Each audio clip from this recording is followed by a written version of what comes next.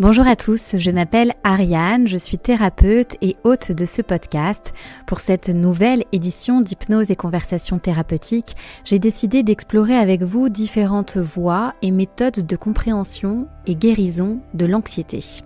Je vais donc à la rencontre de disciplines, de personnes explorant au quotidien le lien entre le cerveau, le corps et l'esprit. Je propose des séances en visio et en présentiel pour vous aider à changer d'angle de vue, à poser un regard différent sur ce que vous nommez encore aujourd'hui blocage, problème et même symptômes. Pour en savoir plus, rejoignez-moi sur mon compte Instagram, Ariane Hypnose. Bonjour à tous, j'ai convié Valentine pour nous présenter plus en détail une pratique encore méconnue en France, même parfois controversée, qui s'appelle l'activation d'énergie vitale ou encore Inner Dance. J'ai passé un très bon moment aux côtés de Valentine qui est très solaire. Plus que la présentation de son approche de cette pratique, vous découvrirez encore une fois un parcours de vie qui, j'espère en tout cas, pourra inspirer certains d'entre vous. Une seule façon pour moi de savoir si vous appréciez cet épisode, ce podcast, c'est de vous abonner ou de me laisser un avis, ce qui me ferait extrêmement plaisir et puis en plus ça me permettrait de gagner en visibilité. Je vous remercie et puis je vous souhaite une très très bonne écoute. Bonjour Valentine, merci d'avoir accepté mon invitation. Je suis ravie de t'accueillir sur mon podcast. Une de tes vidéos postées sur ton compte Instagram m'a inspirée et je souhaite la partager à nos auditeurs.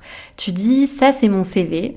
Vogue, Chanel, Lanvin, LVMH, L'Oréal, prise dans le tourbillon de la vie de l'entreprise, réunion, présentation, évaluation, je courais après la performance, la réussite et la visibilité, mais plus je grimpais l'échelle du succès, plus le stress et l'anxiété me rongeaient. Je perdais le contact avec moi-même, insomnie, larmes, boule au ventre, mon corps me lâchait. Plus le temps pour le yoga, je renonçais à des dîners et des week-ends. En partageant mes souffrances, je réalise que ceux autour de moi souffrent aussi de stress, alors stop, je quitte mon CDI, je me lance. Je partage des pratiques simples mais parfois controversées pour réduire le stress et l'anxiété, retrouver clarté mentale, créativité et la productivité et surtout redécouvrir la beauté de la vie. Tu es donc aujourd'hui facilitatrice en activation de l'énergie vitale, qu'on appelle aussi Inner Dance. Avant de nous expliquer plus en détail cette pratique, est-ce que tu peux revenir sur ton parcours et cette période de vie ? Bien sûr. D'abord, bonjour Ariane. Merci de m'inviter à ton micro aujourd'hui. Je suis ravie. Et alors, commencer par revenir sur mon parcours. J'ai eu l'opportunité à travers mes études, d'être beaucoup à l'étranger, aux États-Unis, terminer mes études en Chine. Et j'ai commencé effectivement à travailler après une école de commerce. J'ai commencé à travailler à Paris, dans le secteur des cosmétiques. Puis au bout de 2 ans, je commençais déjà à tourner un petit peu en rond et donc je me suis dit le goût de l'étranger pour y avoir beaucoup passé de temps pendant mes études me manquait. Donc je démissionne de ce premier job où ça faisait 2 ans, je démissionne et je me dis je pars à Hong Kong, je vais trouver un boulot, quoi qu'il arrive je suis plus heureuse ici ou en tout cas je suis plus stimulée suffisamment dans cette première expérience. Et donc voilà, je démissionne et je me dis je pars 3-4 mois à Hong Kong pour trouver un boulot. Si je trouve, tant mieux, sinon je reviendrai. Donc tu pars là-bas sans rien ? Je pars là-bas sans rien. Quand même. Je pars là-bas sans rien. Finalement, entre cette période où je démissionne, les préparatifs du départ, je postule à fond. En mode, bon, il faut quand même que... Donc je postule et je trouve un emploi à Hong Kong. Et donc voilà, donc finalement je pars à Hong Kong avec cet emploi déjà trouvé, où je travaille également dans un grand groupe, tu en as cité quelques-uns. Et voilà, j'adore la vie là-bas. Tu connaissais ? Je connaissais pas Hong Kong, j'avais vécu à Shanghai pendant mes études, j'avais fait 1 an dans le nord de Shanghai. Et donc j'avais passé juste quelques jours chez un ami et je trouvais pas mal de similitudes dans le côté dynamique de la ville, comme j'avais vécu à New York pendant 2 ans. Et donc j'avais trouvé à Hong Kong un peu ce côté une ville très dynamique, où on est en extérieur, on fait beaucoup d'activités outdoor, on peut faire du bateau. Enfin voilà, ça remplissait finalement aussi toutes ces activités où j'étais toujours, j'en reparlerai peut-être après, mais cette quête toujours de découvrir des nouvelles expériences, faire des nouvelles activités, se divertir et trouver des distractions. Donc je passe 2 ans à Hong Kong Et après 2 ans, je décide de suivre mon copain qui s'était installé à Shanghai pour le boulot et donc de partir à Shanghai. Donc encore une fois, pareil, me voilà en train de démissionner, l'amour avant tout, et je décide de le suivre là-bas. Et je trouve également un nouveau boulot dans le même groupe. À l'époque, je travaillais chez LVMH et donc je pars à Shanghai. Et voilà, le visa est un peu long, il y a quand même des complications, c'est pas évident de trouver un boulot à Shanghai. Je finis par rejoindre Sephora et je m'installe du coup. Je passe 1 an à Shanghai et là, au bout de 2 mois, 3 mois, le Covid arrive. Donc voilà, j'étais en plein dans le Covid quand c'est arrivé en Chine. Et également, mon couple commence à battre de l'aile, on commence à se questionner. Je commence moi aussi à de perdre un peu cette énergie de vie, ce côté solaire, je le sentais, je commençais à être souvent triste, souvent peinée, souvent à partager ma tristesse avec lui. Et tu penses que c'est lié au Covid et au fait que vous vous soyez peut-être retrouvés confinés ensemble, ou est-ce que c'était déjà présent avant ? C'était déjà présent avant. C'était déjà présent avant parce que nous, finalement, le Covid qu'on a vécu en Chine n'était pas aussi strict que ce que vous avez pu vivre en Europe au début. À l'époque, il n'y avait pas encore de confinement en Chine.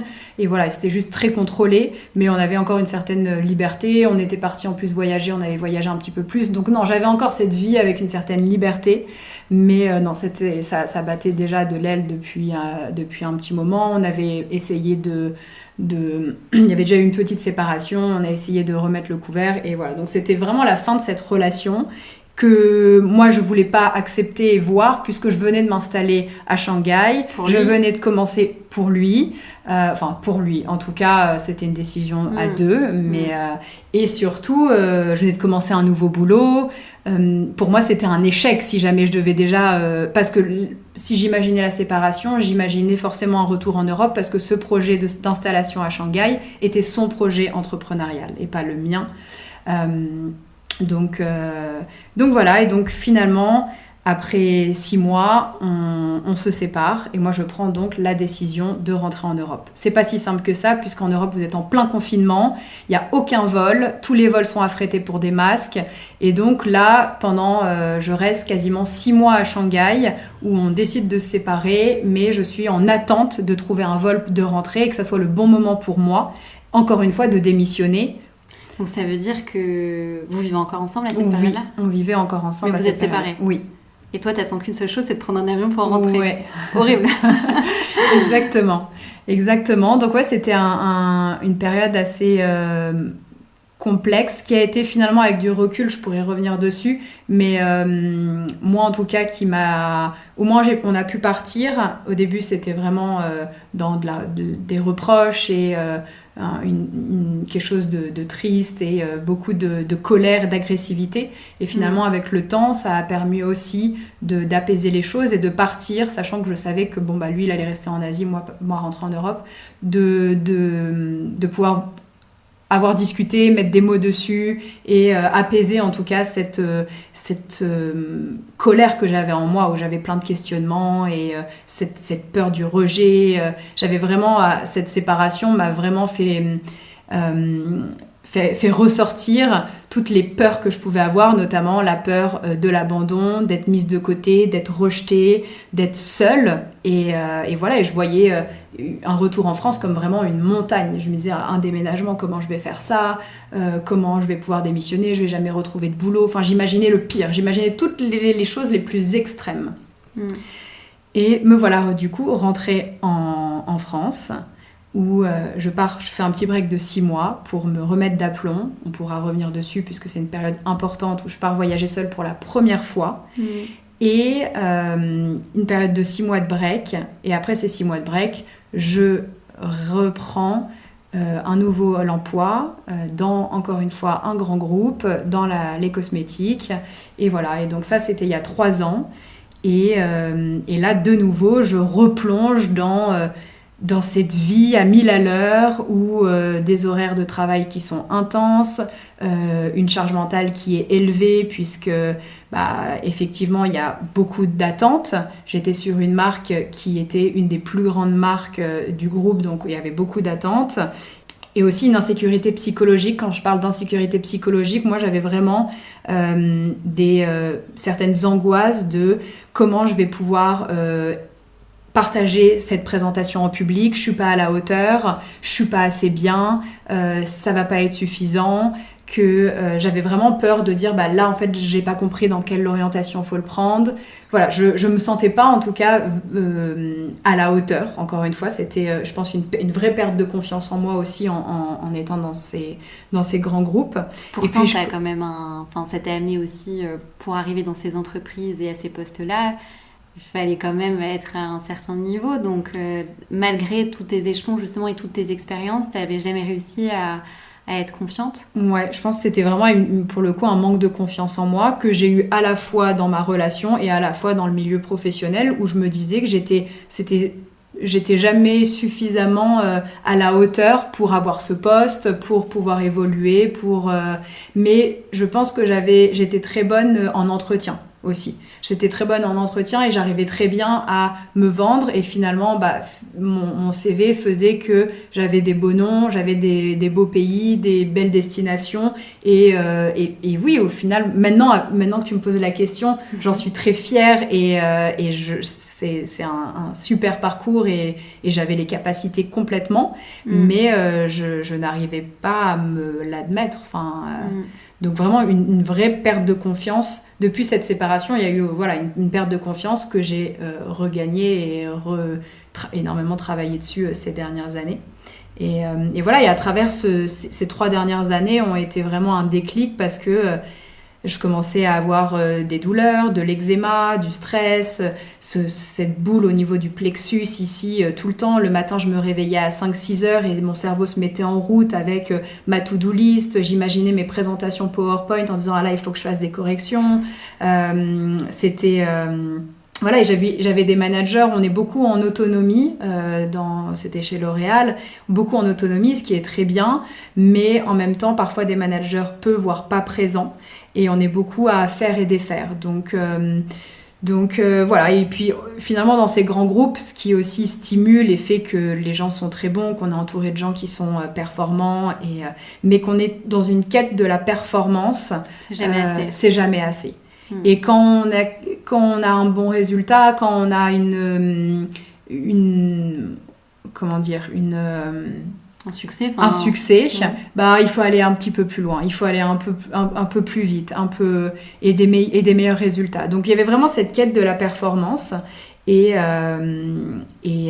surtout je pense, moi j'ai pris conscience que toutes ces entreprises dans lesquelles j'ai été et tous ces postes auxquels j'ai été, finalement le sentiment de plus à le faire pour le regard que je portais aux yeux des autres, l'image que je pouvais avoir à l'extérieur, au regard de ma famille, de mes proches, que la fierté moi-même d'être à ce poste, dans cette entreprise et dans ce pays.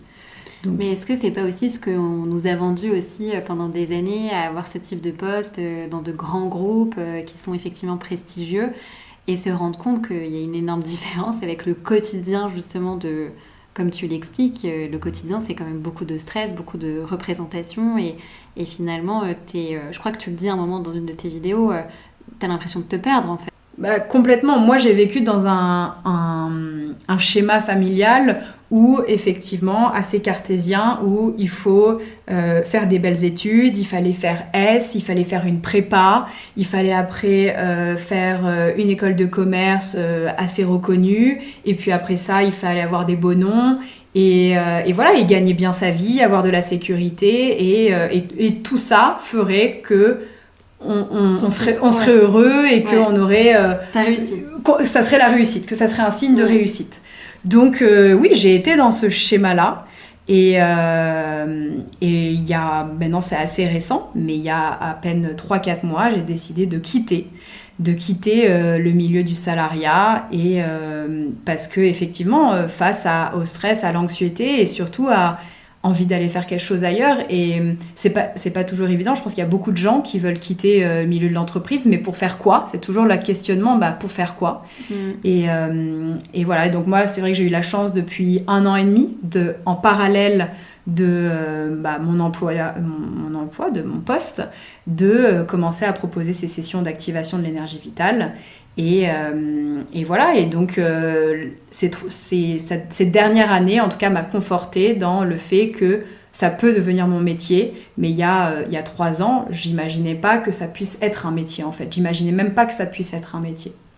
Mais de là à avoir le déclic de poser ta démission, c'est parce que tu as réussi justement à prendre confiance dans l'autre activité finalement que tu avais, ou est-ce que tu as eu un moment où tu t'es dit... par exemple, je sais pas, j'imagine une journée où tu arrives au travail et tu te dis non mais là c'est pas possible, je suis au bout, tu vois, et ton corps qui t'alerte. Ouais. Ou est-ce que ça a vraiment, en fait, ça a été tout un process Ça a été un process, mais surtout fin d'année. J'ai eu une fin d'année qui a été très stressante.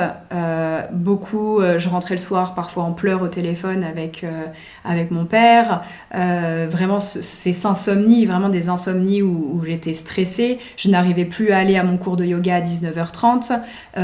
J'ai à 2 reprises refusé des week-ends parce que je terminais trop tard le vendredi, donc je ne pouvais pas les rejoindre. Donc il y avait quand même ça qui était très présent. Et j'ai fait une coupure où je suis partie voyager seule pendant 10 jours, au mois d'octobre dernier au Mexique. Et là, j'ai coupé toute notification, mon WhatsApp, les mails. C'est qu'aussi on a tellement aujourd'hui d'outils sur lesquels on est sollicité, que ce soit Teams, les emails, WhatsApp. Voilà, donc j'ai coupé toutes ces notifications. Et c'est là j'ai eu vraiment une prise de conscience où j'avais énormément aussi, j'étais tout le temps malade, je tombais malade à répétition, et là vraiment où je commence maintenant à écouter plus mon corps, chose que je faisais pas avant. Et là je me suis dit c'est étrange, moi qui ne suis jamais malade, pourquoi là je suis malade à répétition, un rhume, après j'ai mal à la gorge, après je vais avoir j'étais tous les mois j'étais malade. Et donc voilà, il y a un peu mon corps qui m'a parlé, ce break, et je suis rentrée de ce break et je me suis dit Valentine, ça fait 1 an et demi que tu vivotes en proposant ces séances à tes amis, aux amis de tes amis, bouche à oreille, la famille. Et je sentais qu'il y avait une appétence, que les gens sont de plus en plus à l'écoute pour ces pratiques où on revient à l'être, où on s'écoute un petit peu plus, où on est moins dans le faire, l'activité, l'atteinte d'un objectif. Juste venir passer 2 heures allongé au sol et venir écouter ce qui se passe à l'intérieur de nous. Et c'est là que je me suis dit, ok, lance-toi un petit peu plus sur Instagram. C'est là aussi où j'ai commencé à lancer mon compte Instagram professionnel Inner Dance Valentine. Et j'ai commencé à poster un petit peu plus de vidéos, à expliquer un peu plus ce que je faisais, parce que évidemment, c'est aussi ma carte de visite. Et voilà, donc ça a été aussi un déclic où je suis rentrée de ce voyage en commençant à avoir dans ma tête une idée de me dire, ça peut devenir ton emploi à plein temps en fait. Et pour revenir justement sur cette pratique que donc t'appelles, si je me trompe pas, activation d'énergie vitale et qu'on peut appeler aussi Inner Dance. Alors on va revenir dessus, je vais te poser des questions et j'aimerais bien aussi que tu reviennes sur une autre période dont tu as parlé tout à l'heure, qui est ce fameux voyage au Mexique suite à ta séparation. Moi j'aime l'idée que le couple c'est un recrutement inconscient entre 2 personnes et que notre partenaire va finalement réveiller nos blessures. Donc finalement la relation va nous permettre de révéler le meilleur comme le pire et si on arrive à dépasser cette blessure, on reste ensemble et puis on construit, puis si on n'y arrive pas, la séparation arrive. J'aime bien dire que aussi une séparation, faut pas non plus minimiser aussi les répercussions d'un tel événement. Ça peut être très violent, ça peut être très très difficile à vivre et à traverser, et c'est ce qui semble être ton cas en tout cas. J'aimerais bien que tu me dises aujourd'hui comment tu vois cette séparation, puisque maintenant ça fait 3 ans si je ne me trompe pas, ce que ça t'a permis de comprendre déjà en toi, chez toi, et qu'est-ce qui s'est passé au Mexique. Effectivement, cette séparation, ça a été pour moi la première grosse difficulté qui arrivait dans ma vie. Et encore une fois, je l'ai beaucoup minimisée, mais j'avais du mal à mettre des mots dessus. Mais ouais, ça a été je suis rentrée en France après cette séparation et malgré le fait d'être entourée de sa famille, de ses amis, d'être avec nos proches, de pouvoir même voyager, j'avais prévu des vacances avec des amis, je sentais ma flamme, elle était éteinte, j'avais plus cette joie de vivre, j'avais plus ce côté solaire qui m'animait, toutes ces passions, ces voyages, ce goût pour l'aventure, je l'avais vraiment perdu. Et donc effectivement, je me suis un petit peu dans cette relation, je me suis perdue. C'était un peu finalement la perte de moi-même où je me suis oubliée. Je faisais plus des choses pour moi, mais je faisais des choses pour le couple ou en tout cas des choses pour que, à ses yeux, je puisse être une bonne personne, je puisse être plus aimée, que je puisse être plus appréciée, plus... oui, il y avait vraiment cette quête de faire des choses pour le couple et pas pour moi. Et à cette séparation, j'avais vraiment perdu goût, plaisir. Donc, j'ai eu beaucoup de mal à mettre des mots, mais récemment, j'ai lu un article où on parlait de dépression. Et je pense que voilà, une dépression, en tout cas affective, où j'avais en tout cas quand on est face à la peur de la solitude, la manière de combler cette peur, c'est d'être dépendante. Donc moi, j'avais vraiment une forte dépendante affective et émotionnelle. Et donc effectivement, quand on enlève cette part de moi qui était à ma moitié, j'avais tout qui s'effondrait. Et comme j'expliquais tout à l'heure, j'ai perdu, je pense, confiance en moi. Je n'avais plus envie de plaisir, plus envie de rien faire, plus de goût à la vie.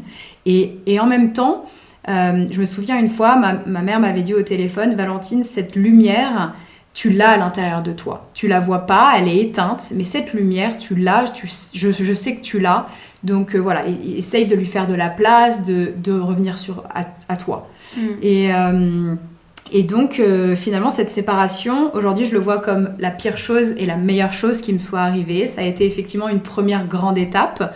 Et voilà, donc pour moi, il n'y a pas d'âge pour avoir des difficultés et des étapes, et il n'y a pas d'événement particulier. Moi, en tout cas, voilà, c'était aux alentours de 30 ans, et cette séparation qui m'a fait prendre conscience qu'il fallait s'aimer soi-même, que je devais m'aimer moi-même avant de pouvoir aimer quelqu'un, et qu'au final, aujourd'hui, j'ai pris conscience que j'étais pas heureuse pour lui, j'étais pas heureuse pour le bonheur qu'il pouvait avoir, ce côté il est heureux parce qu'il va passer un week-end avec des copains, moi je le voyais, non, tu m'abandonnes, tu me laisses seule pendant un week-end. Donc voilà, il y a eu plein de prises de conscience comme ça, que lui essayait aussi parfois de me parler. Donc je pense qu'il a aussi d'un certain côté essayé de me parler de certains sujets de temps en temps, mais que je voulais pas voir parce que ce caractère, mais non, je suis très indépendante, je sais m'aimer seule, je sais être bien seule. Mais voilà, il y a une différence d'être seule un week-end ou quelques jours et vraiment s'aimer soi-même et être bien avec vraiment qui on est réellement à l'intérieur de soi. Et donc voilà, cette séparation m'a effectivement amenée au Mexique, ou en tout cas ce break de 6 mois dont je parlais. Et notamment, le Mexique, ça a été mon premier voyage toute seule, où je suis partie un petit peu à la redécouverte de qui j'étais. Et quand tu arrives au Mexique, tu es fatiguée, épuisée, hyper triste, ouais. Ou tu commences déjà un peu à aller mieux? Je rentre en France et tout de suite, mon cerveau, je rentre en France, faut que je trouve un boulot. Je suis au chômage, voire même pas au chômage parce que j'étais à l'étranger, mais donc, premier réflexe, je passe des entretiens. Et en fait, j'étais toujours dans la machine. Séparation, sortir de cette séparation, faut que je trouve un boulot. Je me mets à passer des entretiens, et là, c'était période Covid. Donc, je sens, et je reprends un petit peu quand même confiance sur mon profil. Parce que je sens que mon profil plaît, qu'il est attractif, que les RH me disent « Ah, tu as un profil intéressant, mais coupe budgétaire, c'est le Covid, on reviendra vers toi. » Et donc là, moi, je m'écoute un petit peu et je me dis, Valentine, physiquement et mentalement, tu n'es pas prête là à retourner à un boulot. Donc, prends du temps pour toi. C'est une période calme Covid. Donc, voilà. Et c'est là où je décide de partir d'abord en Espagne faire ma première retraite de yoga. Ça faisait déjà 5-6 ans que je pratiquais le yoga, mais je n'avais jamais fait de retraite. Et cette retraite a été un élément déclencheur pour moi pour commencer à réallumer cette flamme dont je parlais. Et les retraites, c'est fort pour ça. Finalement, on te donne des clés. Et donc, j'ai fait cette retraite. Et puis après, je suis partie au Mexique. Et donc là, je suis partie seule. Une retraite, on est toujours accompagné. Donc, je me sentais aussi avec un entourage et des gens avec qui parler. Et donc, je pars au Mexique, retrouver au début un ami pour 2 semaines.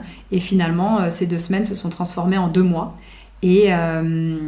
Et voilà, et donc c'est vrai que moi, j'avais toujours beaucoup voyagé, mais toujours accompagnée de quelqu'un, d'amis ou de la famille ou même de mon petit copain. Et donc là, j'étais vraiment, je pense, dans ce voyage à la recherche de toute expérience, aventure, qui pouvait sortir de mon schéma traditionnel, de ce schéma de pensée traditionnel. J'avais envie d'ouvrir, un petit peu comme on ouvre la porte, comme on ouvre les volets, et d'explorer cet éventail des possibilités, des expériences aujourd'hui qui s'offrent à nous. Et donc, c'est là où j'ai découvert l'activation de l'énergie vitale, l'Inner Dance, à l'époque où j'étais du coup au Mexique, à Tulum exactement. Et ma première session a été très puissante. Et voilà, je me suis retrouvée par hasard un ami de la veille, rencontré la veille, me propose cette séance d'activation de l'énergie vitale. À l'époque, j'ai découvert, ça s'appelait le CAP, on pourra revenir dessus. Ouais. Et voilà, première pratique assez intense. Donc c'est un ami qui te dit demain je vais à tel endroit, est-ce que ça te dit de venir avec moi? Et toi tu sais pas du tout à quoi t'attendre. Mais de toute façon, tu es au Mexique et tu te dis je m'ouvre à de nouvelles possibilités parce que je suis il y a quelque chose qui est en train de changer, quoi. Complètement. J'avais le temps, je commençais à reprendre quand même cette énergie, je commençais à écouter beaucoup de podcasts, à écouter beaucoup de vidéos YouTube sur la positivité, sur la manifestation. J'avais aussi ce côté, comme j'expliquais tout à l'heure, j'avais tendance à voir que noir. Et ah du ouais coup, oui, parce qu'en fait, dans cette descente un petit peu aux enfers, où je perds confiance en moi, je me sépare, je dois rentrer en France, alors que c'est pas vraiment mon choix. Moi, j'aurais adoré rester en Asie. Et donc, un déménagement, je voyais tout était compliqué. Et donc là, je commence progressivement à me dire que en fait, la vie, elle peut être... si on lâche prise, je pense que je suis une personne aussi dans ces blessures que j'ai, c'est une manière de contrôler. Je suis très contrôlante dans ce que je peux faire avec moi, avec mon entourage, avec mes proches aussi, de ce côté perfectionniste dans le contrôle. Et donc progressivement, je me retrouve au Mexique un petit peu sans avoir organisé rien. Moi, un voyage, j'ai beaucoup voyagé, mais j'ai toujours organisé mes voyages. On va aller dormir là, on va passer 3 jours là, tout était contrôlé. Okay. La première fois que je ne sais pas où je vais dormir dans 3 jours. Et voilà. Ça doit te faire un bien fou déjà. Ouais. Ouais, ça me fait un bien fou. Ça me fait un bien fou et aussi de voyager sans découvrir et avoir un objectif précis. Moi, j'ai toujours voyagé en me disant, je pars 10 jours, on va voyager ça, là, on va découvrir cette culture, là, ce paysage. Limite, je connaissais déjà le paysage avant même d'y être allée. Et donc là, j'étais plutôt, je me laisse porter par les découvertes, les expériences, les rencontres. Et effectivement, je rencontre cette personne qui est aujourd'hui un ami la veille à une soirée, et le lendemain, il m'envoie un petit texto. Val, il me reste une place pour cette séance. C'est une pratique énergétique. Ça te dit? Ouais, ça me dit. Je dis ok.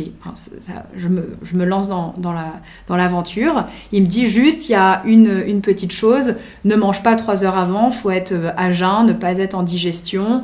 Et voilà. Donc je me prépare bien. Je mange pas avant. Je me fais 2 heures de yoga avant. Donc j'arrive à cette séance pleine, en tout cas en pleine capacité de pouvoir m'abandonner et m'ouvrir à cette expérience. C'est une expérience énergétique, donc évidemment la première chose c'est de s'ouvrir, d'avoir un esprit ouvert, un cœur ouvert et de la curiosité et de s'abandonner pleinement à l'expérience. Chose que je fais, puisque je suis aussi à ce moment-là une espèce de quête de moi-même, à me redécouvrir et à comprendre oui, pourquoi je suis aussi peinée, triste pour une séparation, et voilà, sans minimiser la séparation, mais et cette séance est très puissante, puisque mon corps rentre dans un état de transe consciente. Vraiment, mon corps se met à trembler, à vibrer, des spasmes assez forts, où mes bras se mettent à bouger de manière involontaire, mes mains tapées au sol, et j'étais même dans un début d'état de tétanie. L'état de tétanie, c'est ces mains un petit peu en passe de crabe, la bouche qui est un petit peu paralysée, ces fourmillements tout autour du visage, et donc là, je suis assez surprise, voire même un peu chamboulée, parce que je comprends pas ce qui se passe. Pour quelqu'un dans le contrôle, là, tu contrôles plus, quoi. Ouais, non, là, je contrôle plus. Et surtout, je ressens vraiment cette énergie me traversait de la pointe des orteils au sommet du crâne. Je sens vraiment des déblocages, mais des déblocages qui sont difficiles. Ça a été une session qui n'a pas été agréable. Vraiment, Physiquement, pas agréable, très peu d'émotions. Mais physiquement, tout mon côté droit paralysé qui tapait, et vraiment ce sentiment que tout à l'intérieur de moi, ça bouge, ça vibre, j'ai des frissons, à la fois, je suis au Mexique où il fait très chaud, et en même temps, j'ai des frissons. Donc voilà, cette séance a été assez troublante. Et t'as pas eu peur justement, et tu t'es pas dit, mais il m'emmenait où? Alors, dans ces séances-là, ce qui rassure, c'est qu'il y a un cadre. Il y a toujours un cadre. Au début, on pose un cadre, on nous explique tout ce qui peut se passer. Et donc, tout ce que j'ai ressenti, on me l'avait partagé au début. On m'avait dit, c'est possible que tu ressentes ça, que tu sois comme ça, que tu aies des mouvements involontaires, que tu aies un mini état de tétanie, voilà. Donc, finalement, j'étais en confiance. Je faisais confiance à la personne qui était facilitatrice, qui partageait la séance. Et surtout, je me faisais confiance à moi, en fait. À moi, à mon propre processus, parce que c'est avant tout un processus personnel. Chaque expérience va être différente et chaque personne dans la séance a vécu une expérience différente. Donc, non, je me suis fait confiance et j'ai fait confiance au processus. Et voilà, je sais qu'on ne reste pas bloqué, a priori, dans ces états-là. Et voilà le début de cette découverte, de cette belle pratique. Et tu ressors de cette séance, qu'est-ce que tu te dis? Qu'est-ce que tu partages à ton ami? Est-ce que ça te donne envie d'en refaire une autre? T'es dans quel état? Même les jours qui suivent? Je ressors de là en ayant beaucoup de mal à mettre des mots, parce que je ressors vraiment dans cet état très cotonneux ou un peu déphasé, où vraiment je mets un peu de temps. Vraiment un peu de temps, j'ai besoin de revenir à mon ancrage. Je me souviens, après, j'avais pas mangé, je m'étais bien préparée, donc je sens qu'il faut quand même que je mange quelque chose. Et à l'intérieur de moi, ça continue à vibrer. J'avais encore tous mes membres qui vibraient. Je sentais vraiment cette énergie à l'intérieur de moi. Et donc, je partage à mon ami quelque chose, mais j'arrivais pas à mettre des mots dessus. Enfin, finalement, je lui dis, c'est étrange, très cartésienne dans ma description de ce que je partage. Oui, j'ai eu des mouvements involontaires, mon corps tremblait, vibrait, mais j'avais beaucoup de mal et j'ai eu pendant très longtemps beaucoup de mal à mettre des mots sur vraiment ce que cette pratique, avec le temps, m'a apporté. Mais suite à ça, aujourd'hui j'arrive à mettre des mots suite à ça, je sens un alignement, vraiment un alignement où je suis au bon endroit, au bon moment. À ce moment-là de ma vie, du coup, ça faisait déjà 2-3 semaines que j'étais au Mexique et je commence, justement, une entreprise me recontacte pour passer un premier entretien. Et c'est là où je repars aussi, où je me dis, voilà, il fallait quand même que je reprenne un boulot. Et donc, je commence à repartir dans une chaîne d'entretien, tout ça à distance avec le Covid. Et à ce moment-là, je sentais qu'il y avait des vraies manifestations. J'étais magnétique. J'attirais à moi les bonnes personnes, les bons projets, les bons endroits. Les bons endroits. J'étais vraiment là, à l'endroit où il fallait que je sois. Donc tu penses que c'est lié à ce travail qui a été fait avec cette... En tout cas, oui, et moi, ce travail de lâcher prise en complément, je pense que ça m'a énormément aidé à lâcher prise, vraiment, à lâcher ce côté contrôlant que je peux avoir. Et alors, donc là, j'ai fait une séance ici, mais après, il y a eu mon retour en France où j'ai continué à pratiquer. Je continuais à pratiquer une fois par mois. J'ai commencé après à trouver une facilitatrice à Paris. Et donc, quasiment une fois par mois ou une fois tous les 2 mois, et voire parfois plus, parce que j'ai fait aussi des retraites immersives d'activation de l'énergie vitale, où là, on pratiquait 2 fois par jour. Donc voilà, pendant 2 ans, j'ai continué à être participante et à recevoir en tout cas, à être en contact avec cette énergie et à de plus en plus à ressentir les bienfaits qu'elle peut avoir. Et en tout cas, moi, les bienfaits, on pourra y revenir après. Ouais. Mais ce sentiment de bien-être global, en fait, vraiment de lâcher prise, de plus se reconnecter à moi, mon cœur, mes projets. Et surtout cette reprise de confiance. J'en parlais tout à l'heure, où j'avais vraiment eu une perte de confiance en moi.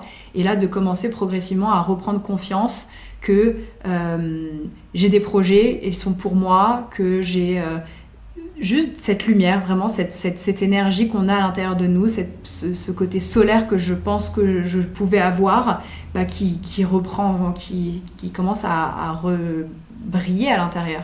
Et tu penses que finalement, avant, tu mettais beaucoup de choses dans l'extérieur Et là, j'ai l'impression en t'entendant que c'est plus... Ok, j'ai bien fait les choses, je suis une très bonne élève, je contrôle bien, mais maintenant je vais faire les choses différemment et puis ça va venir de moi. Et j'ai l'impression que quand tu dis que tu es devenue magnétique, parce que finalement ça venait de toi et plus de ce que pouvaient dire ou penser les autres.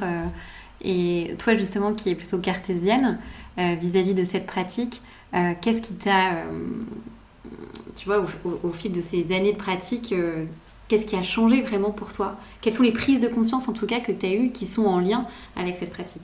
Ouais. Après, ça a été énormément aussi de manière inconsciente. C'est ça que j'aime beaucoup avec cette pratique. C'est que finalement, on revient dans le corps et on n'est pas à pouvoir à mettre des mots dessus et à trop intellectualiser, à être dans le mental.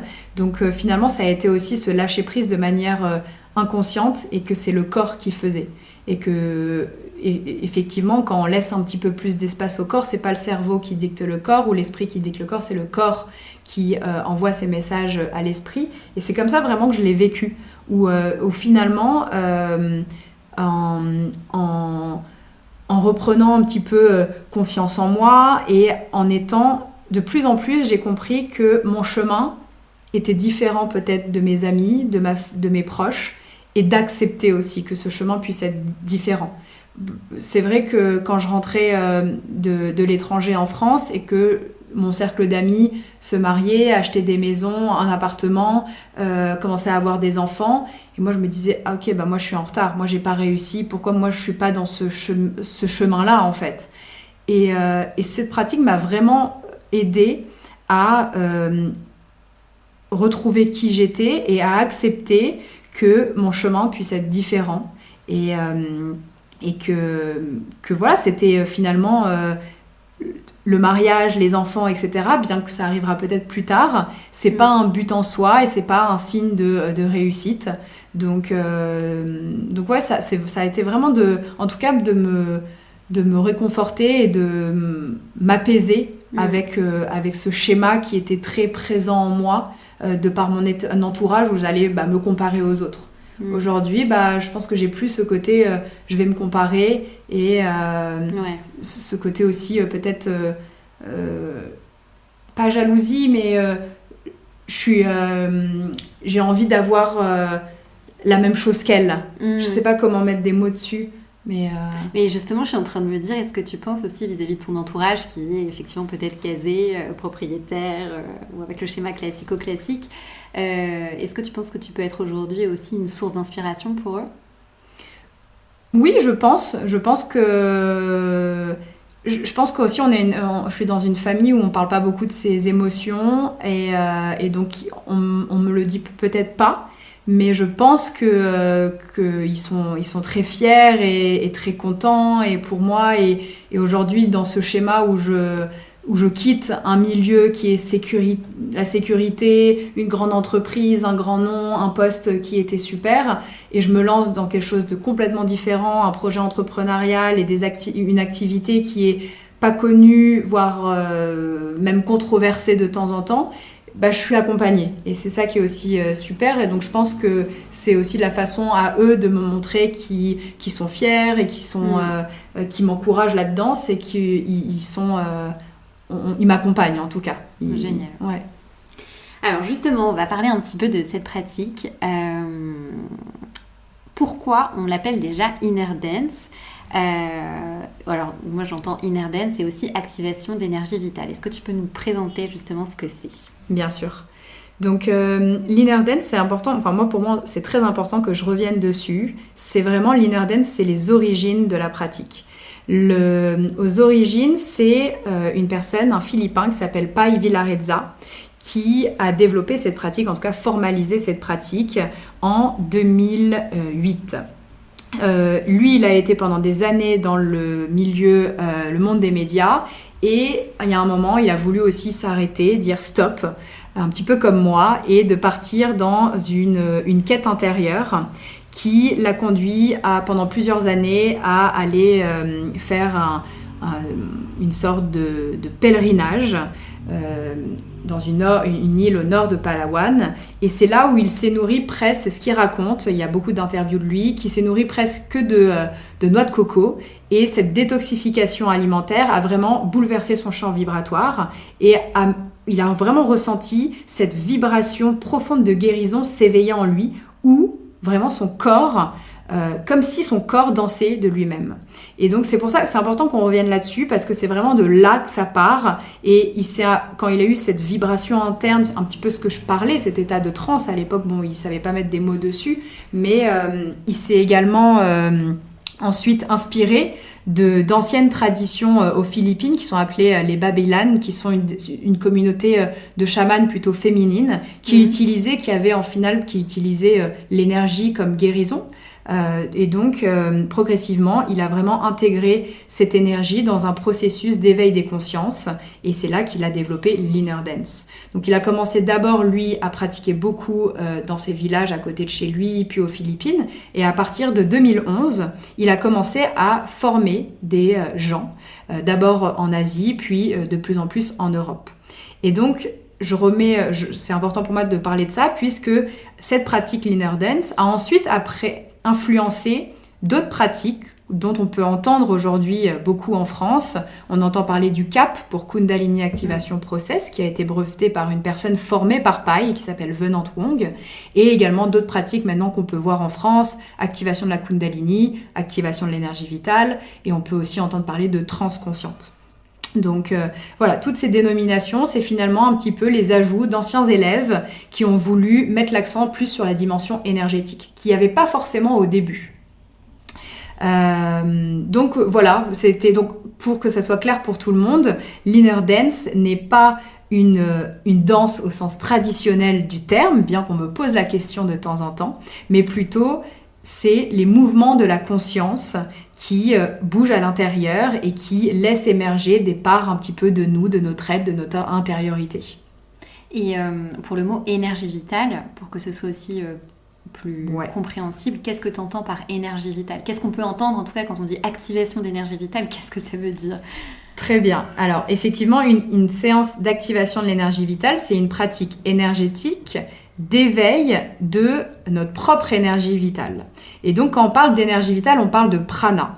Le prana, c'est cette force de vie, cette énergie que nous avons tous, qui est dans l'air que nous respirons, la nourriture que nous mangeons, mais également cette énergie qui se transforme dans notre corps. Quand on inspire de l'oxygène, ça va passer dans nos organes, ça va se transformer en énergie pour vivre, pour être en mouvement. Aujourd'hui, on a tous cette énergie de vie, on peut tous être réceptifs à l'énergie vitale.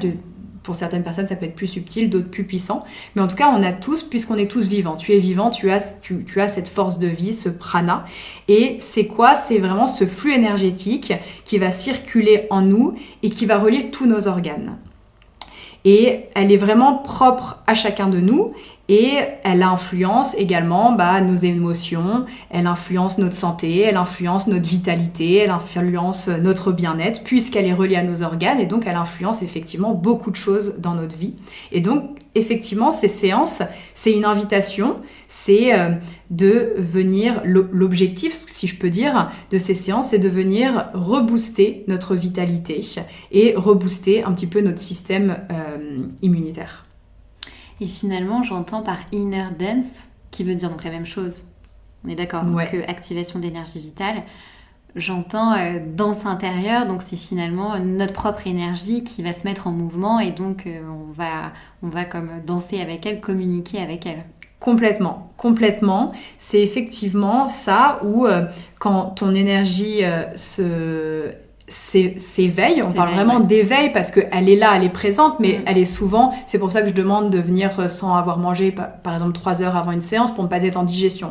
Digérer demande beaucoup d'énergie. Donc aujourd'hui notre énergie elle est présente en nous, elle est, mais c'est vraiment d'être aujourd'hui, de couper avec toute distraction, de couper avec le faire une activité et de revenir à l'être et de venir justement écouter, être à l'écoute des sensations, des vibrations. Donc pendant une séance, il peut se passer plein de choses, mais peut-être avant juste que je parle des manifestations et des expériences qu'on peut avoir, c'est important que j'explique que une séance est accompagnée d'une bande musicale. Et tout repose sur effectivement l'effet de résonance. Donc une séance commence allongée au sol, les yeux fermés. Les participants sont vraiment invités à rejoindre un état de confiance, de lâcher prise. Et je passe une bande musicale de 1 heure, vraiment un voyage sonore qui est conçu spécifiquement pour ces séances, pour guider les participants dans un voyage intérieur, vraiment un voyage introspectif où l'énergie peut s'éveiller par effet de résonance, qui va vraiment venir connecter le cœur, le corps et l'esprit et amener cette forme de transe naturelle qui va favoriser une expansion de conscience. Et donc, il y a vraiment le point important de ces pratiques, il y a effectivement le lâcher-prise, de venir s'abandonner et de ne pas avoir de crainte, de peur. Mais évidemment, il y a aussi la playlist, le voyage sonore, la musique qui va venir stimuler progressivement différentes ondes cérébrales et leurs états qui sont associés. Les états, pendant une même séance, on peut à la fois avoir un état de relaxation, des visualisations, une intuition qui se développe, la libération d'émotions. On peut avoir des tensions stockées dans le corps et avoir ces décharges un peu pour se libérer de ces tensions accumulées. Et donc, vraiment, c'est de venir ralentir les ondes ordinaires, les ondes de la vigilance dans laquelle nous sommes la plupart du temps, et de basculer dans des ondes de plus basse fréquence pour passer dans un état de détente, de relaxation, voire même de méditation profonde, l'onde θ, l'onde dans laquelle on est quand on rêve, et de rejoindre cet état entre l'éveil et le sommeil.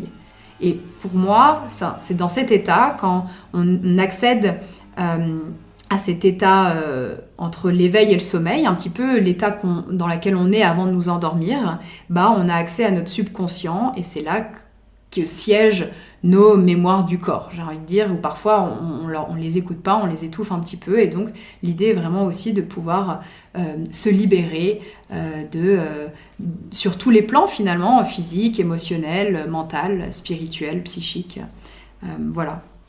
Donc, quelles sont les expériences que nous pouvons vivre justement dans une séance ? Alors, il peut se passer plein de choses. Souvent, ce que j'explique pendant une séance, c'est un espace multidimensionnel où tout est possible. Et je suis encore surprise des différentes expériences. Mais voilà, il y a différents mouvements. Ça peut être des mouvements physiques. Donc, ce que j'expliquais, ce que j'ai pu avoir pendant ma première séance, des mouvements physiques involontaires où ce corps se met à bouger de manière involontaire, où effectivement on rentre dans un état de transe consciente, où le corps prend le relais et peut activer ce processus d'auto-régénération et parfois même d'auto-guérison du corps. Donc c'est possible d'avoir des mouvements involontaires, des spasmes, des tremblements, de même faire des postures de yoga, des gens qui n'ont jamais fait de yoga qui font des postures de yoga, des mudras, voilà, pour aider, c'est une sorte de libération pour le corps. Pour le corps, c'est finalement de venir aussi se libérer du stress, des tensions accumulées et de certains blocages. Ça peut être également émotionnel.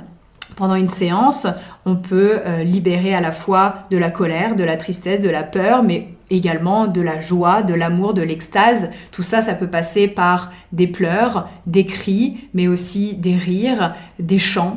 Donc voilà, tout ça, c'est des sortes de libération qu'on peut avoir en séance. Également énergétique.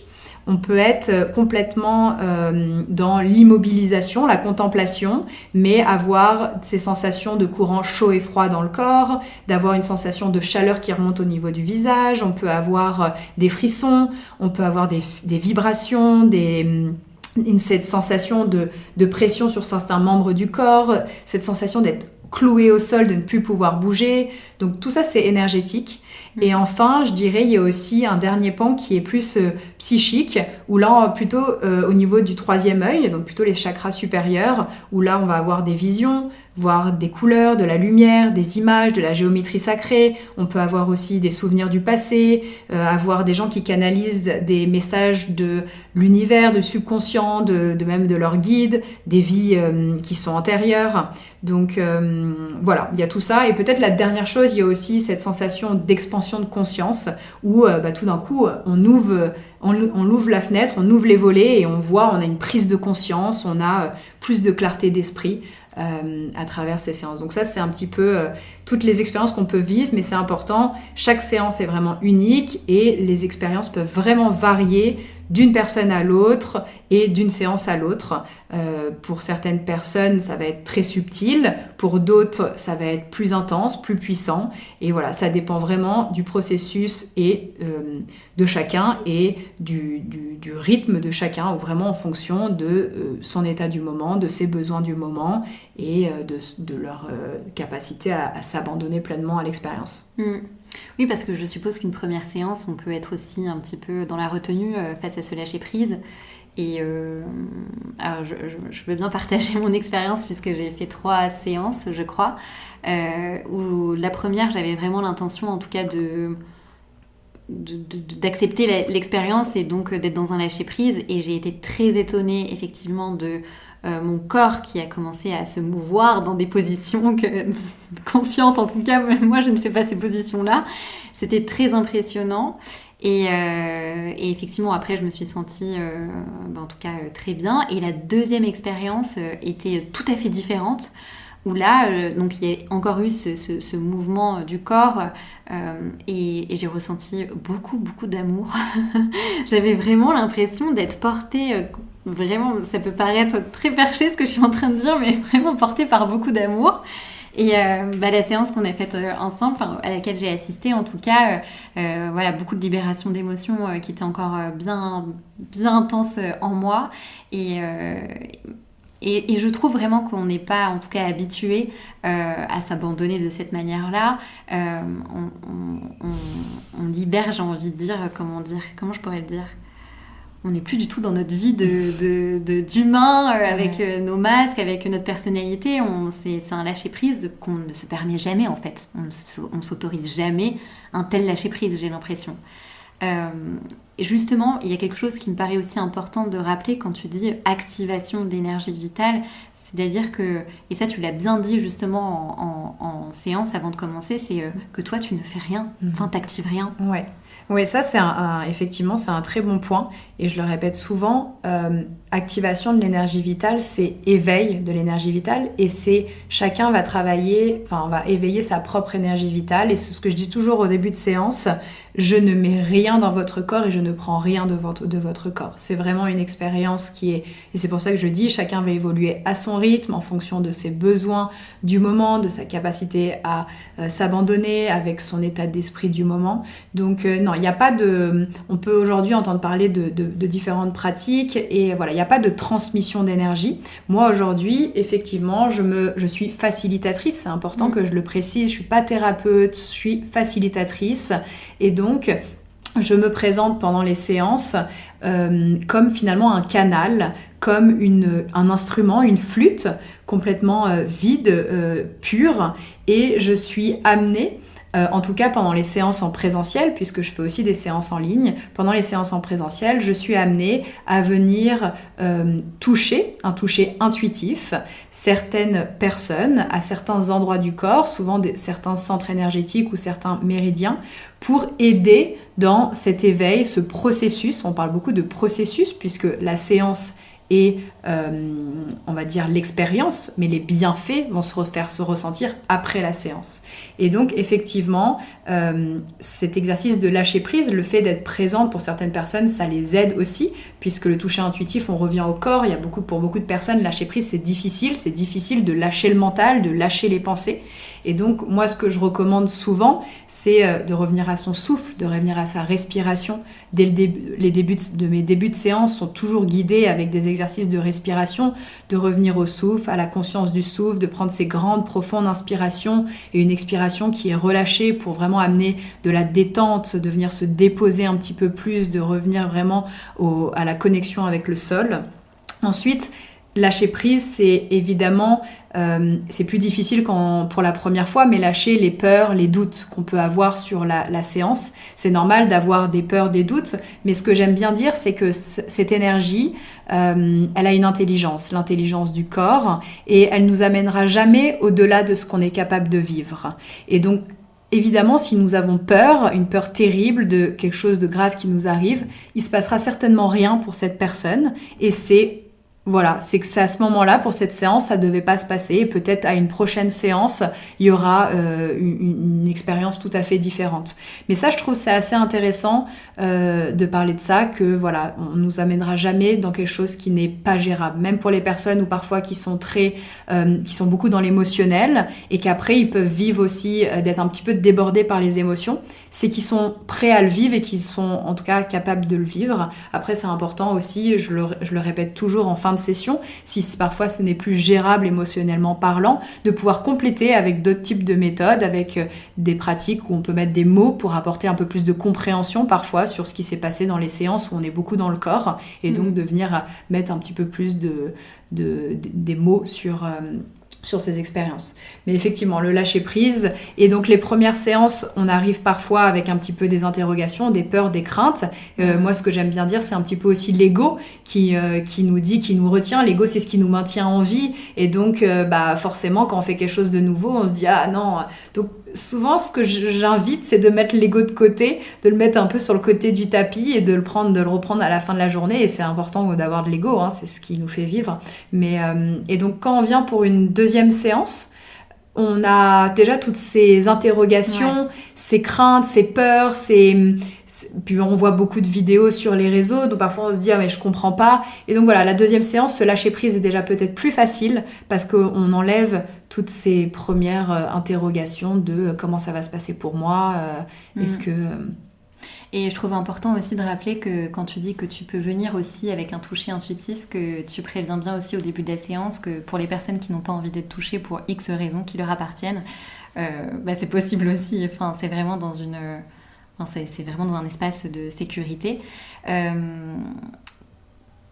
Quels sont... alors je ne sais pas vraiment comment poser cette question, mais tu sais, comment on peut reconnaître un bon facilitateur pour justement... parce que comme dans tout domaine, je pense qu'il y a des personnes qui vont trop loin. L'idée, toi tu le dis bien, c'est que tu n'actives rien, tu es juste là pour encadrer, mais tu n'es pas un gourou qui en sait plus que d'autres ou qui va activer des choses et par quelconque manière. Donc comment on pourrait reconnaître un bon facilitateur ? Comment avoir cette assurance-là, ou est-ce qu'il y a une formation, est-ce qu'il y a des références dans ce domaine-là ? Ouais, c'est une très bonne question, et aujourd'hui il y a de plus en plus, parce que beaucoup de personnes qui ont été formées maintenant créent leurs propres écoles, leurs propres formations.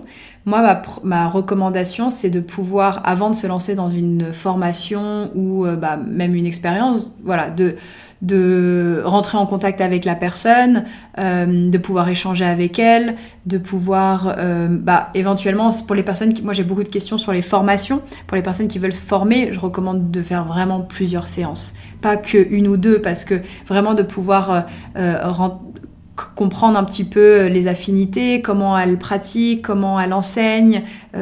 Ces pratiques-là, c'est vraiment aussi en fonction des personnalités des personnes et de l'énergie de la personne. Je pense qu'une personne va venir plus à ma séance qu'une autre parce que j'ai une certaine énergie, et peut-être une personne va préférer l'énergie peut-être plus yin de quelqu'un d'autre, ou moi je suis peut-être un peu plus yang, où je partage beaucoup de mon expérience perso, ou d'autres vont partager peut-être moins leur expérience personnelle. Donc il y a aujourd'hui des formations, il n'y en a pas beaucoup. Donc voilà, on peut aussi se renseigner sur les différentes formations. Effectivement, il y a la formation de CAP. Moi, je me suis formée avec une personne qui a été formée avec Paille. Moi, j'avais vraiment l'intention de me former à la pratique Inner Dance. Voilà, ma recommandation, c'est vraiment d'aller faire des séances et de faire plusieurs séances et d'écouter aussi son intuition. Moi, ces séances-là aussi, ça permet aussi de développer son intuition, et on ressent vite s'il y a une bonne intention, une bonne énergie, un cadre qui est sécuritaire. Ce qui est très important, pour moi, chaque séance doit avoir un certain cadre. C'est très important. On n'arrive pas à une séance, on s'allonge, on fait l'expérience et on ressort après sans avoir fermé un cercle. Voilà. Moi, je trouve que c'est très important. On arrive, il y a un temps d'introduction, on parle, on met un cadre, on parle de ce qui peut se passer, ce qui peut ne pas se passer, de si jamais c'est trop difficile de pouvoir ouvrir les yeux. Encore une fois, c'est un processus, on recommande toujours du début à la fin de la séance de garder les yeux fermés pour rester dans son processus. Si on ouvre les yeux, on sort du processus, on reprend conscience de l'espace extérieur, de l'ici et maintenant. Et donc voilà, mais si c'est plus gérable, on peut ouvrir les yeux et se dire ok, en fait, moi je veux sortir maintenant et pas attendre les 1 heure. Ensuite, il y a les 1 heure de playlist ou parfois plus. Voilà, on peut faire aussi 90 minutes de playlist.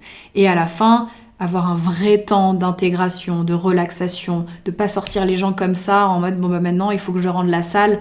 Donc voilà aussi parce que on peut être effectivement dans des états parfois un petit peu émotionnel, physique, un état un peu cotonneux, encore dans cet état un peu d'expansion de conscience. Donc c'est important de prendre du temps pour le corps. Pour certaines personnes, ça peut être très puissant et on le voit pas, mais énergétiquement, bah, il se passe beaucoup de choses à l'intérieur. Moi, souvent, je compare ça un peu à une tempête. Bah, il faut du temps pour que la tempête se calme. Et ça, pareil, à l'intérieur de nous. Et parfois, je pense qu'on n'est pas forcément conscient de ça. De revenir aussi à son ancrage en mangeant quelque chose qui nous fait du bien. Parfois, j'ai quelques amandes, quelques cacahuètes, un verre d'eau. Et très important, ouvrir un cercle pour les personnes qui ont besoin de déposer. Parfois il y a des personnes c'est encore trop tôt et moi je suis toujours disponible après, mais d'ouvrir un cercle pour pouvoir partager, déposer, sans rentrer dans le mental, parce que justement on est plutôt une pratique où on sort du mental, mais juste voilà ce qui s'est passé pour les personnes. En général tout le monde n'a pas forcément le temps de parler, mais Et quels sont les bienfaits donc, de cette pratique, ou en tout cas toi aussi que tu as pu expérimenter? À quoi on peut s'attendre après une séance ou plusieurs séances? Bah, les bienfaits sont vraiment nombreux et encore une fois varient pour chaque personne et en fonction des besoins aussi des moments. C'est ce que j'expliquais, c'est un processus qui est progressif, donc les bienfaits peuvent aussi évoluer. Mais moi, de par ces 2 ans que je pratique, les nombreux témoignages que je peux avoir, il y a vraiment ce regain de confiance en soi, d'estime de soi que j'ai vraiment moi aussi vécu, que j'ai partagé en début de ce podcast, où vraiment j'ai repris confiance à mon pouvoir créateur, à cette force intérieure, à voilà ce que j'ai envie, ce dont je n'ai plus envie, les personnes avec qui j'ai envie de passer du temps, les personnes avec qui en fait ils sont peut-être toxiques pour moi et ne sont plus des personnes avec qui j'ai envie de passer plus de temps. On peut aussi... moi, c'est un moment de relaxation, de détente, et donc il y a vraiment une diminution du stress, moins d'anxiété, et aussi on travaille sur le système nerveux, ce que j'expliquais avec on vient ralentir les ondes cérébrales, et donc le fait de passer d'un système nerveux sympathique à parasympathique, et de retrouver cette homéostasie, on vient aussi développer de la créativité, donc plus de productivité. On peut avoir également... après des séances, vraiment un regain d'énergie, d'avoir une forte force vitalité, d'avoir envie de faire du sport, d'avoir nos projets, du coup, d'avoir du goût et de la passion pour avancer dans certains de nos projets. On peut avoir ce dont moi je partage également, qui est ce détachement. Lâcher le contrôle, lâcher prise. On est vraiment une expérience de lâcher prise, et donc après on observe, moi j'observe vraiment après des séances dans la vie de tous les jours, on lâche un petit peu prise sur des petites choses où on a tendance parfois à être un petit peu tatillon, bah là on lâche prise. Il y a également des diminutions des peurs, des phobies. Je me souviens d'une personne qui avait eu la phobie de l'eau. Et après plusieurs séances, s'est mis naturellement à aller dans l'eau nager. Génial. Il y a également... ça, c'est toujours moi super, mais quand on partage des guérisons de blessures, des blessures physiques, donc ça, c'est tout par rapport à des tensions dans le dos, dans le corps, mais également des guérisons émotionnelles. Voilà, on revit parfois des émotions. Effectivement, l'énergie va là où il y a des tensions, et donc souvent, l'énergie va là où il y a des nœuds énergétiques. Les nœuds énergétiques, avec ces séances, progressivement, encore une fois, ça se fait en douceur, avec beaucoup de bienveillance, dans un cadre qui est sécurisé.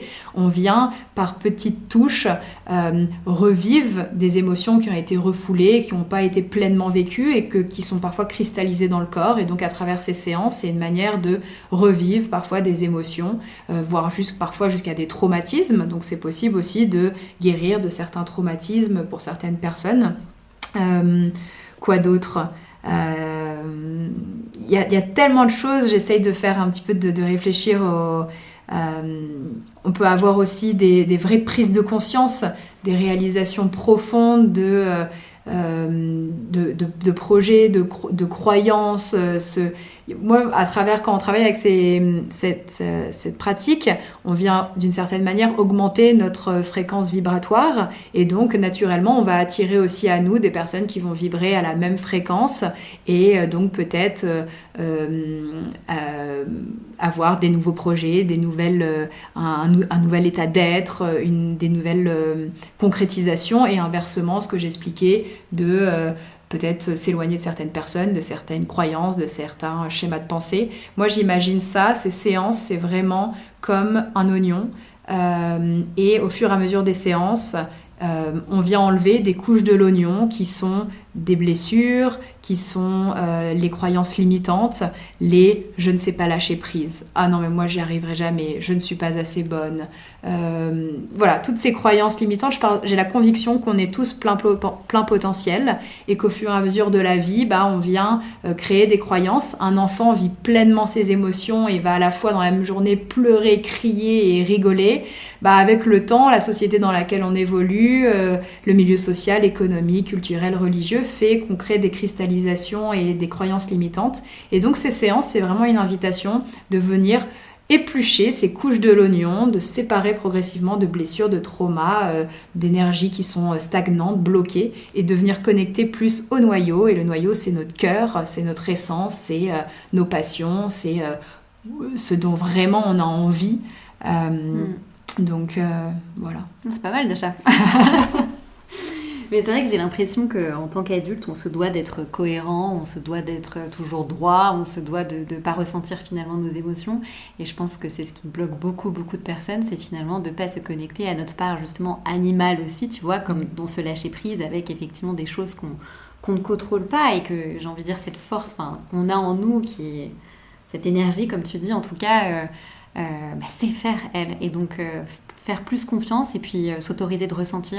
On meurt pas parce qu'on pleure ou parce qu'on est très en colère ou parce qu'on se sent bien. Enfin, toutes les émotions sont pas bonnes ou mauvaises, en fait, elles sont juste comme elles sont.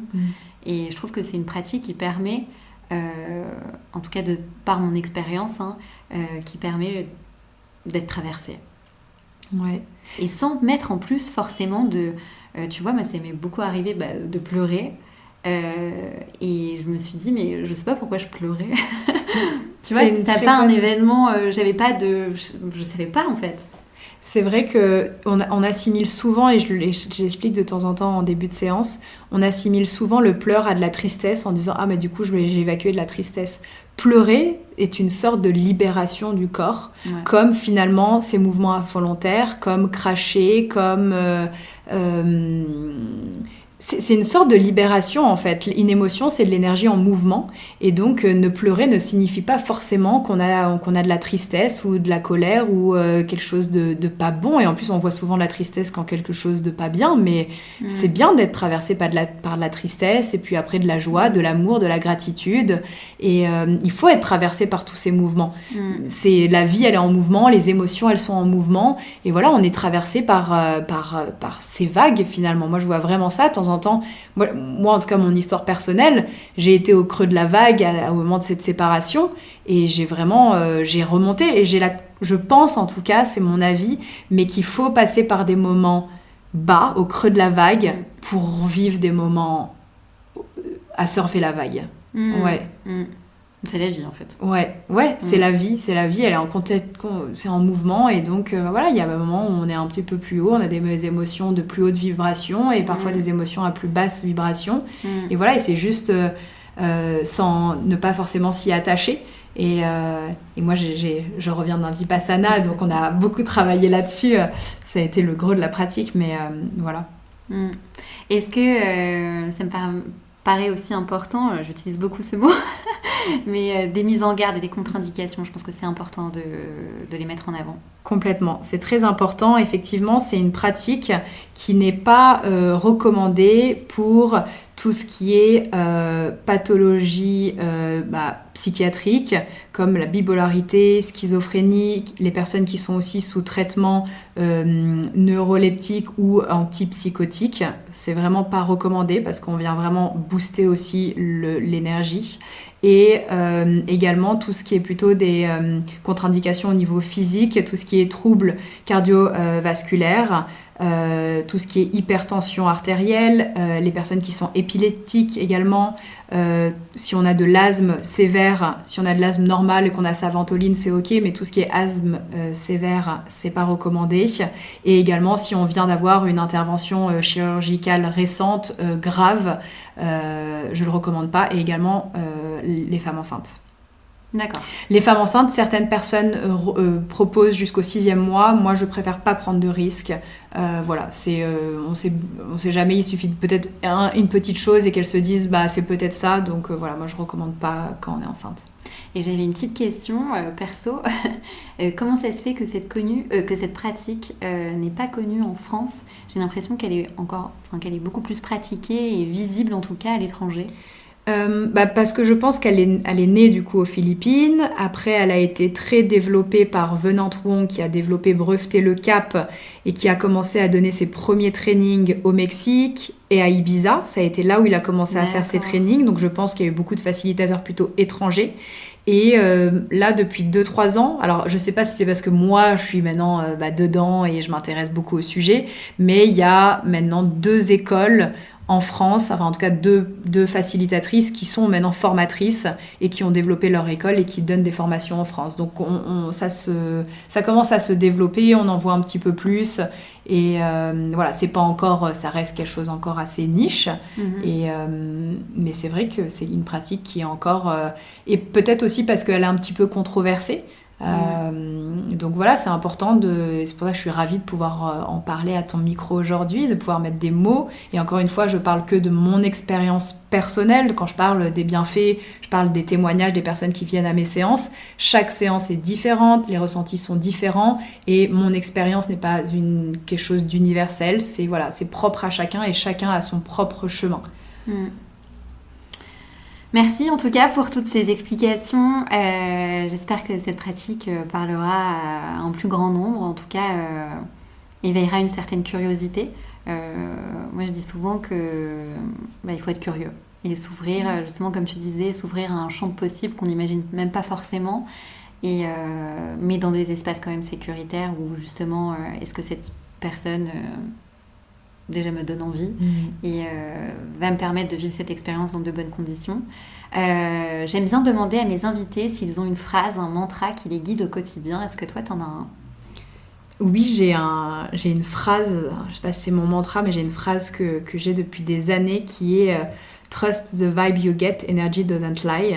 Donc en français, pour nos auditeurs, fais confiance aux vibrations que tu ressens, l'énergie ne ment pas. Et voilà, donc ça c'est quelque chose que je partage souvent. Et vraiment, finalement se fier à notre intuition. Moi, que j'ai beaucoup développé avec la pratique de l'activation de l'énergie vitale, cette intuition, et que effectivement cette énergie qu'on ressent autour de nous, à l'intérieur de nous, qu'elle soit encore une fois positive ou négative, on parlait de ces émotions, si on peut dire positif ou négatif, elles ont toutes une indication précieuse de la vérité, de la réalité d'une situation. Et souvent, j'encourage à écouter son ressenti profond plutôt que de se laisser influencer par les apparences extérieures. Et quand on parlait tout à l'heure de comment trouver le bon facilitateur, il y a aussi cette intuition.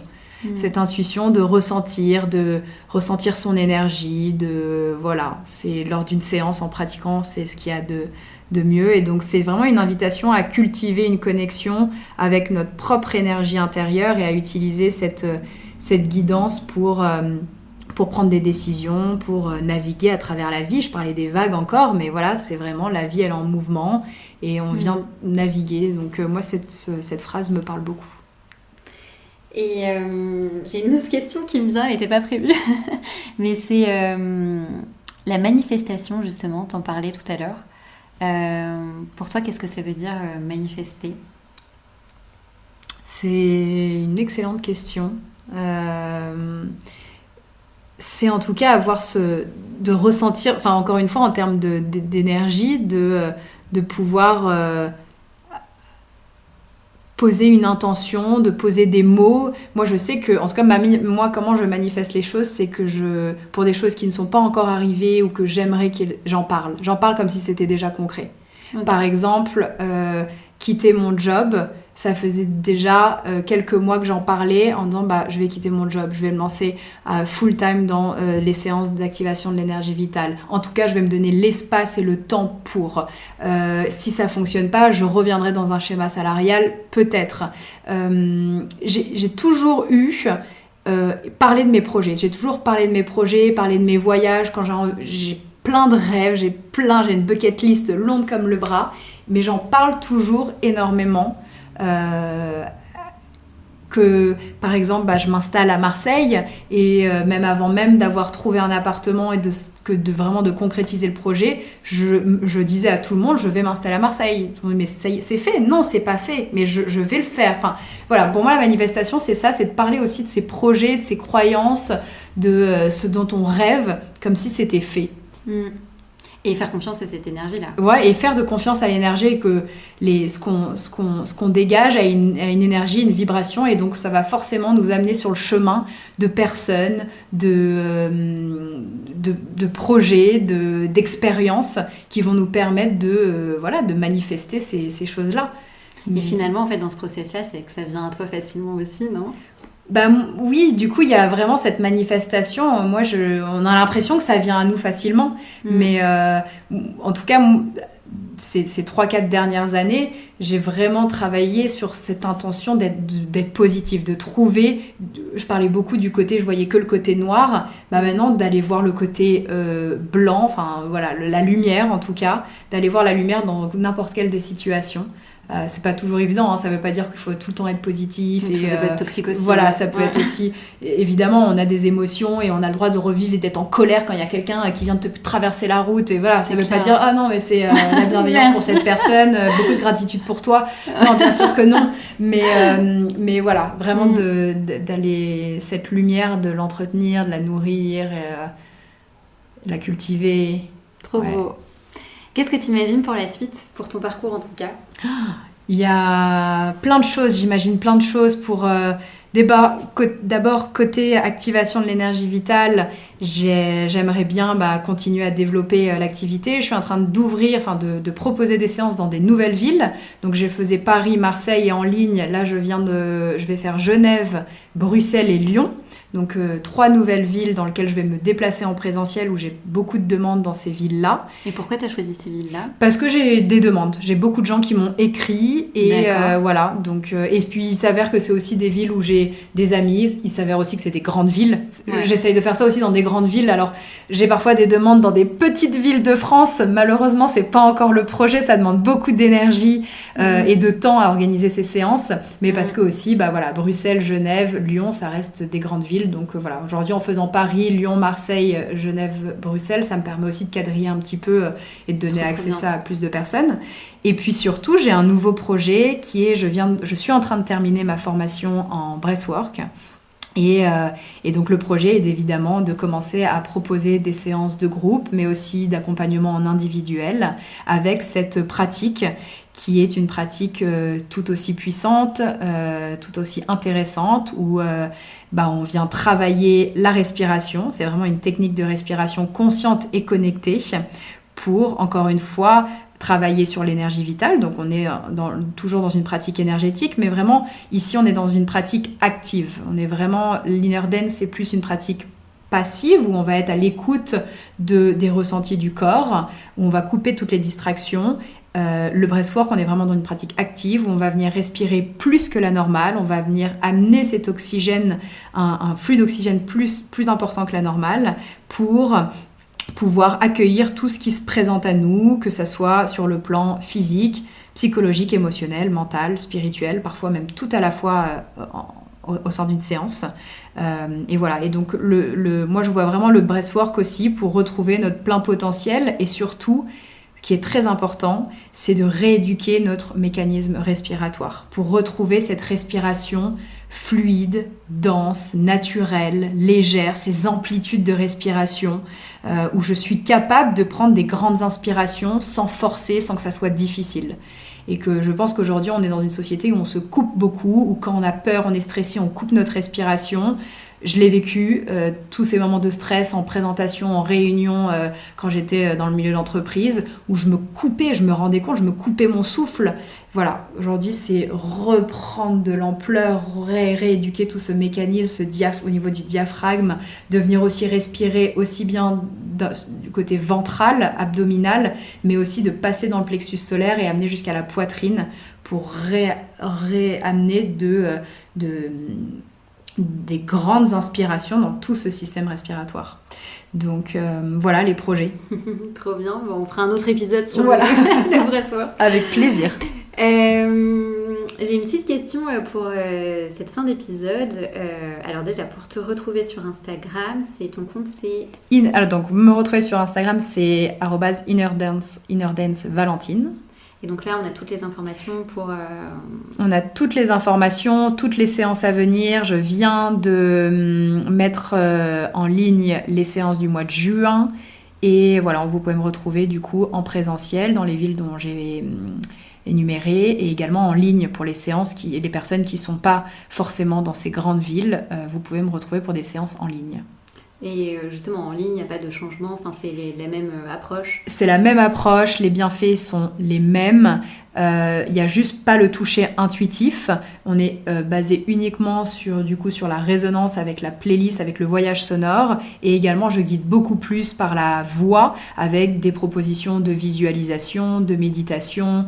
Voilà, il y a vraiment plus guidé par la voix qu'en présentiel. Mais sinon, la séance se déroule exactement de la même manière. Certaines personnes préfèrent même le en ligne et trouvent ça plus puissant en ligne parce qu'ils se retrouvent dans leur espace, chez eux. Ils se trouvent plus en confiance et certaines personnes ne s'autorisent pas complètement à lâcher prise et à s'abandonner parfois dans des cris, dans des pleurs, même émotionnellement ou même physiquement quand on est en groupe parce qu'il y a quand même inconsciemment ou même consciemment, finalement, il y a ces personnes autour de nous, donc on ne s'autorise pas à aller jusqu'au bout. Et donc voilà, ça peut être aussi pour certaines personnes très intéressant d'explorer le en ligne.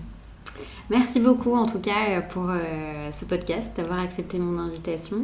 Et j'ai vraiment une dernière question, mais c'est justement par rapport à tout ton chemin, tout ce process, j'ai envie de dire. Qu'est-ce que tu dirais à la Valentine justement qui vient de se séparer, qui n'est pas bien du tout? Qu'est-ce que tu aurais envie de lui dire aujourd'hui avec le recul que tu as? Ou d'autres personnes pourraient aussi se reconnaître puisqu'elles sont elles-mêmes en train de traverser cette période. Crois en toi, crois en tes projets. Ouais, crois en tes projets, crois en toi, écoute-toi. Écoute-toi et finalement on a souvent, moi j'ai beaucoup eu l'envie d'aller à l'extérieur, d'aller combler ça avec des distractions extérieures, des amis, etc.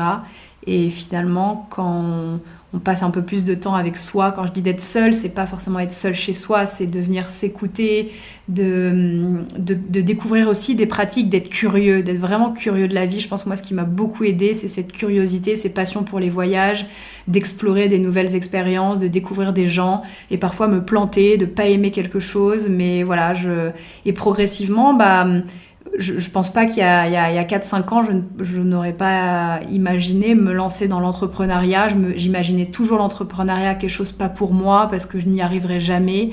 Et pourtant, j'ai toujours été entourée de beaucoup d'entrepreneurs. Mais aujourd'hui, j'ai la conviction que c'est pour moi et j'ai hâte, j'ai confiance. Et voilà. Donc vraiment de se faire confiance et d'être curieux de la vie, d'explorer plein de choses. Génial, merci. Merci à toi, merci pour l'invitation.